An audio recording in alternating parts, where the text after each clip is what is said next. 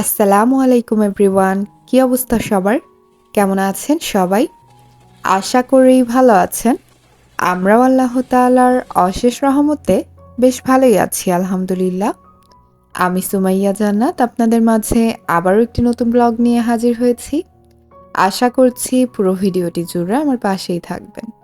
I hope আপনাদের কাছে ভালোই লাগবে। আজ কিন্তু বেশ বেলা করেই ক্যামেরাটা অন করেছি। দেখা যায় যেই দিনগুলোতে সোহার স্কুল বন্ধ থাকে সেই দিনগুলোতে কিন্তু সে বেশ বেলা করে ঘুম থেকে ওঠে। তো আজও কিন্তু তার স্কুল বন্ধ ছিল। তো এখন হচ্ছে সে ঘুম থেকে উঠেছে। তাকে ফ্রেশ হতে পাঠিয়ে দিয়ে আমি প্রথমে বেডটাকে সেট করে নিলাম।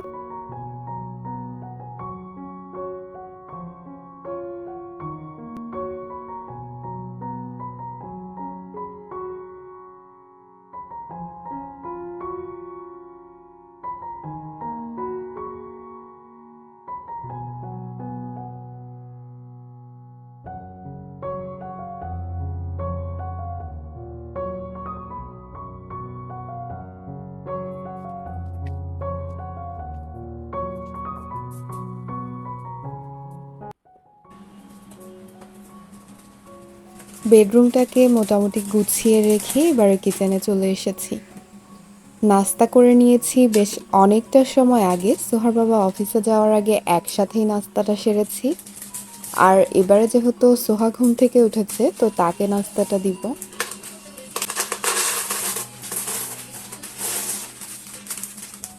আর বাচ্চা মানুষের তো দেখা যায় বাহানার শেষ নেই, এক পদ রেডি থাকলে আর এক পদ খাবে। তো সকালে যেহেতু রুটি বানিয়েছিলাম তাকে রুটি দিতে চাইলাম, বাট সে রুটি কোনো মতেই খাবে না, তাকে দুধ দিয়ে ক্রাঞ্চ দিতে হবে। তো তার জন্য হচ্ছে চুলায় দুধটা জাল করতে বসিয়েছি আর এদিকে ক্রাঞ্চের প্যাকেটটাও রিফিল করে নিলাম। আর এবারে হচ্ছে কিছু নুডলস আমি রিফিল করে রাখছি। নুডলসগুলো বেশ কিছুদিন আগে আনা হয়েছে, রিফিল করা হয়নি যেহেতু প্যাকেটে থেকে কিন্তু একদমই চুরমার অবস্থা।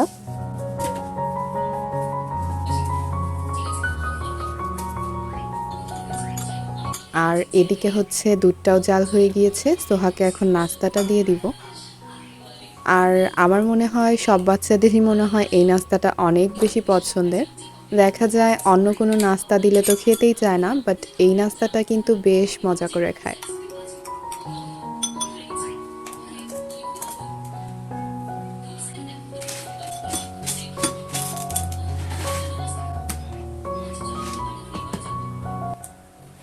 এদিকে হচ্ছে তার জন্য ক্রাঞ্চটা ভিজিয়ে নিয়েছি আর এবারে আমিও এক কাপ চা খেয়ে নিব। সকালবেলা যেহেতু অনেক বেশি তাড়াহুড়ার মাঝে নাস্তাটা সেরেছি তখন কিন্তু চাটা খাওয়া হয়নি। তো এখন হচ্ছে মা মেয়ে মিলে হালকা চা নাস্তা করব। আর সকালবেলা দেখা যায় সোহার বাবা অফিসের জন্য অনেক বেশি তাড়াহুড়ায় থাকে, তখন কিন্তু অতটা সময় পাওয়া যায় না। তার সাথে যদিও মাঝে সাঝে খাওয়া হয়, বাট ওই টাইমটায় আসলে অতটা ফিল নিয়ে খাওয়া হয় না। তো সে যখন অফিসে চলে যায় তারপর কিন্তু এক কাপ চা নিয়ে আমি নিজের মতো করে খাই।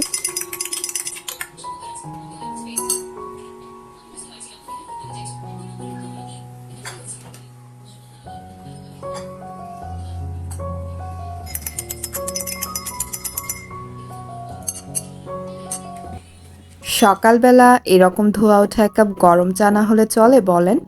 সকালের শুরুটাই তো অপূর্ণ থেকে যায়। তো আমি হচ্ছে চা খেয়ে নিচ্ছি, আই মিন পান করে নিচ্ছি, ওই একই কথা। আর ওদিকে দেখেন বাইরের ওয়েদারটা কত সুন্দর, বেশ মেঘলা মেঘলা একটা আবহাওয়া। আর এরকম ওয়েদারে দেখা যায় আমি গাছপালাদের সাথে সময় কাটাতেই বেশি পছন্দ করি। তো চায়ের কাপ হাতে আমি বেলকনিতে চলে এসেছি আর এখন হচ্ছে তাদের সঙ্গে নিয়ে একটু সময় কাটাবো। এক কথায় বলতে পারেন এরা আমার চা খাওয়ার সময়ের সঙ্গী। সকালটা যত ব্যস্ততাতেই কাটুক না কেন আমি চেষ্টা করি একটু হলেও তাদের সময় দেওয়ার। অ্যাটলিস্ট চাটা যখন খাই তখন কিন্তু দৌড়ে চলে আসি তাদের কাছে। আসলে গাছপালা দেখলে না মনটাই সতেজ হয়ে যায়। আর এখন চলেন আপনাদের সাথে কিছু জিনিস শেয়ার করি। জিনিস বলবো না, এগুলো আমার আম্মুর ভালোবাসা। আসলে এই মাসটাতে আমাদের মা মেয়ে দুজনেরই বার্থডে ছিল, যেহেতু সেরকম কিছু করা হয়নি, বাট প্রিয়জনেরা তো ভুলে যায় না, তাই না? তো আমার আম্মু, তারপর আমার ভাই, বোন সবাই মিলে শপিংয়ে গিয়েছিল। আর আমার জন্য দেখেন বস্তা ভর্তি করে কত কিছু নিয়ে এসেছে। আসলে প্রিয়জনেরা সবসময়ই বুঝতে পারে কি প্রয়োজন বা কি পছন্দ। তো আমি হচ্ছে সব জিনিসগুলাই আপনাদের সাথে শেয়ার করব এক এক করে। প্রথমে হচ্ছে ক্রোকারিস আইটেমগুলা বের করে নিচ্ছি।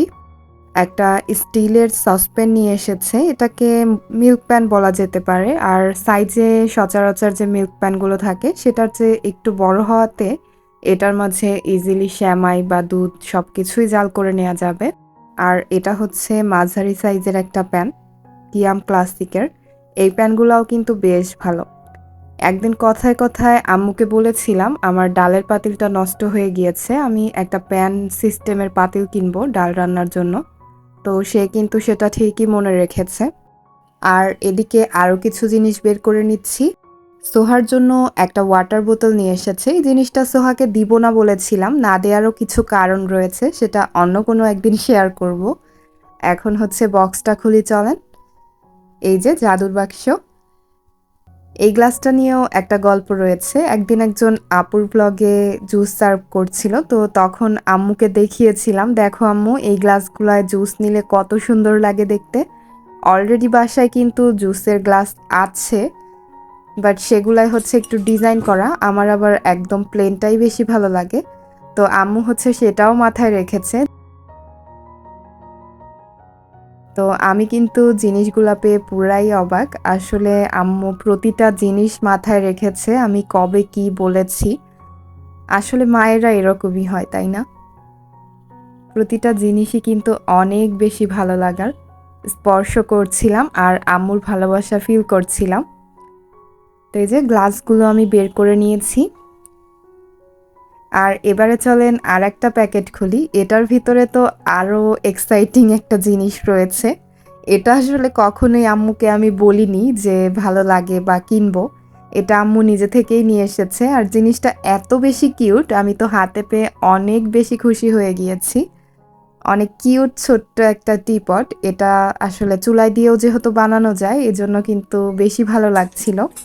আর গ্লাসটাও কিন্তু অনেক মজবুত। আমাদের দুজনের জন্য 2 কাপ চা এটাতে বেশ ইজিলি তৈরি করা যাবে।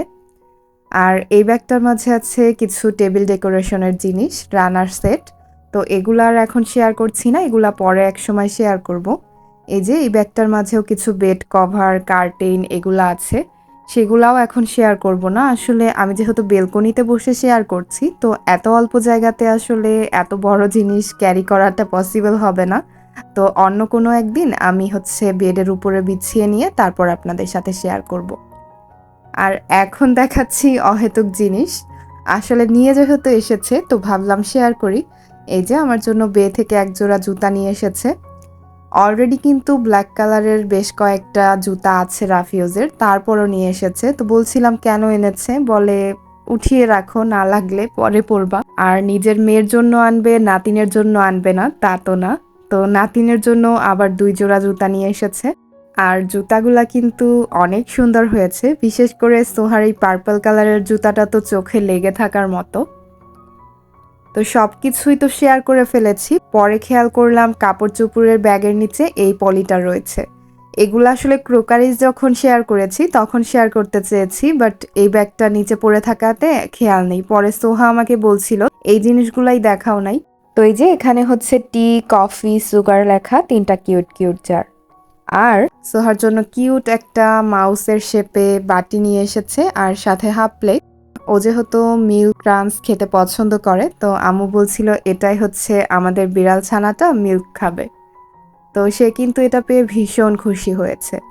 আর বাচ্চারা দেখবেন এমনিতেও সবসময় একই প্লেটে খাবার সার্ভ না করে মাঝে মাঝে একটু ডিফারেন্ট ওয়েতে খাবার সার্ভ করলে বেশি পছন্দ করে খায়। তো এই যে আমি সব জিনিসগুলাই একটু একটু করে আপনাদের সাথে শেয়ার করছি। প্রতিটা জিনিস দেখছিলাম আর অনেক ভালো লাগা কাজ করছিল।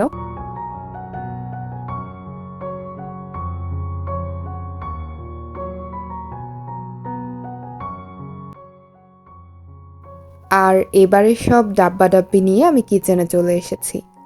আসলে যতক্ষণ পর্যন্ত না এই জিনিসগুলো দিয়ে আমি আমার কিচেনটাকে নতুনভাবে সাজাতে পারবো, ততক্ষণ পর্যন্ত কিন্তু মনটায় মোটেই শান্তি লাগবে না। তো প্রথমে হচ্ছে আমি জারগুলো রিফিল করে নিব। আর এই জারগুলা কিন্তু গতকাল রাতেই আমি ক্লিন করে মুছে তারপর রেখে দিয়েছিলাম।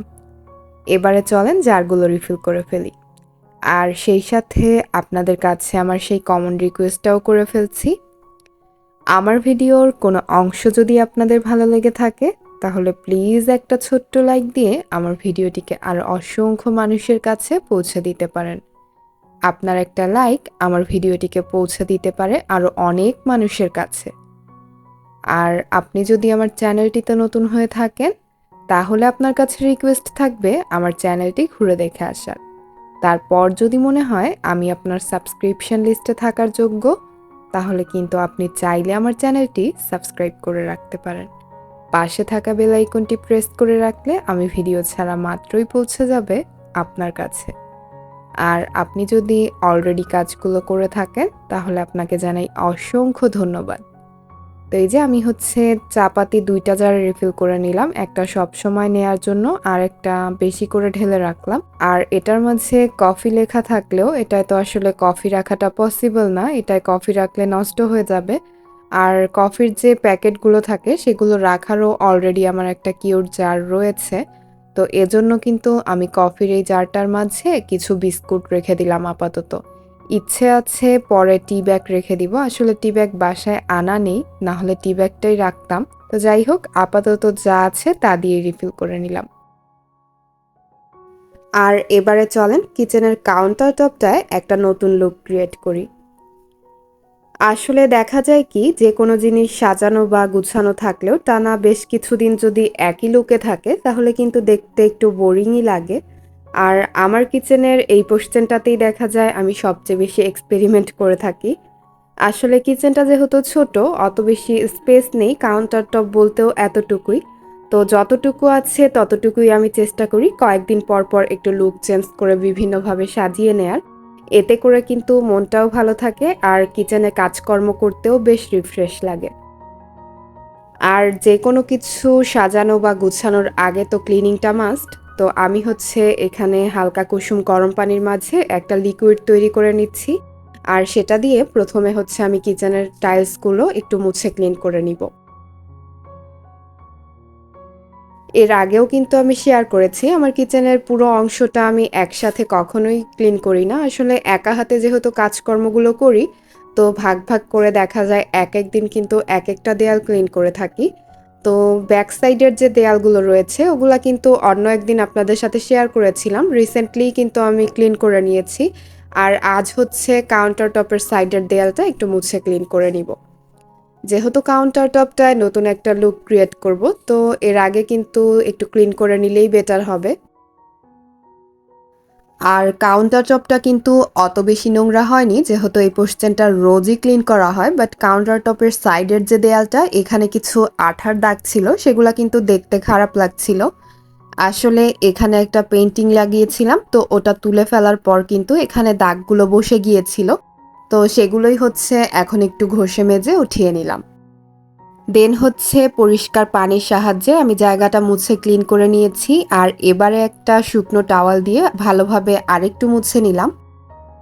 আর এবারে চলেন কিচেন কাউন্টার টপটাকে নতুনভাবে অর্গানাইজ করে নিই। তো এই যে প্রথমেই রেখে দিলাম আমার কিউট কিউট টি কফির জারগুলো।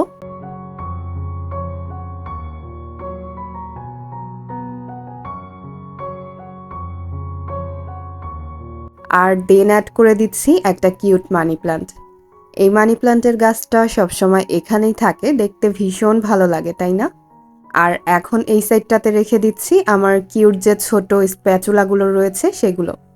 এগুলো আসলে আমি কখনোই ইউজ করি না, এগুলো আমি ডেকোরেটিভ পিস হিসেবেই নিয়েছি। দেখা যাবে এগুলা যদি রান্নার ক্ষেত্রে ইউজ করি তখন কিন্তু হলদে হয়ে যাবে, তখন দেখতে ভালোও লাগবে না। এজন্য কিন্তু এগুলো আনার পর থেকে আমি এভাবেই সাজিয়ে রেখেছি, আমার কাছে ভালো লাগে। আর এই যে ছোটখাটো কিছু জিনিস দিয়ে জায়গাটা মোটামুটি একটু গুছিয়ে নিলাম। আপনাদের কাছে কেমন লেগেছে জানাতে কিন্তু ভুলবেন না। আমাকে না সারাদিন যদি ঘর গোছানোর কাজ দেয়া হয় তবে আমি ভীষণ খুশি, কারণ এই কাজটা আমার অনেক পছন্দের। তো সাজানো গোছানোর কাজ করতে করতে কিন্তু বেশ বেলা হয়ে গিয়েছে। এখনও কিন্তু রান্নার নামগন্ধও নেই, শুধু ঘর গোছানো নিয়ে থাকলেই তো হবে না, পেটে তো দানা পানিও দিতে হবে। তো এবারে চলেন রান্নার আয়োজনে চলে যাই। তাড়াহুড়ার সময় দেখবেন হয়তো মশলা বাটা থাকবে না, নয়তো জারগুলো রিফিল করা থাকবে না, একটা না একটা ঝামেলা থাকবেই। ভাগ্যিস আগে থেকে আদা রসুনগুলো ছেলা ছিল, না হলে তো আরও বেশি প্রবলেমে পড়তে হতো। তো যাই হোক, চটজলদি করে যা হয় তাই কিন্তু আজকে করে নিব। এখানে হচ্ছে আমি একসাথে চাল ডাল মিশিয়ে নিয়েছি আর চিকেন দিয়ে একটা নরম টাইপের খিচুড়ি রান্না করব। এত অল্প সময়ে আসলে তেমন কিছুই করা পসিবল হয়ে উঠবে না। আর আমার ভিডিওগুলো দেখা যায় অনেক বেশি বড় হয়ে যায়, আসলে ইচ্ছে না থাকলেও এত কিছু কাজ শেয়ার করতে গেলে এমনিতেই ভিডিও বড় হয়ে যায়। তো আশা করি বিষয়টা ক্ষমা সুন্দর দৃষ্টিতে দেখবেন। আর আজকের মতো এখানেই বিদায় নিয়ে নিব। সবাই ভালো থাকবেন, সুস্থ থাকবেন। আল্লাহ হাফেজ। আসসালামু আলাইকুম।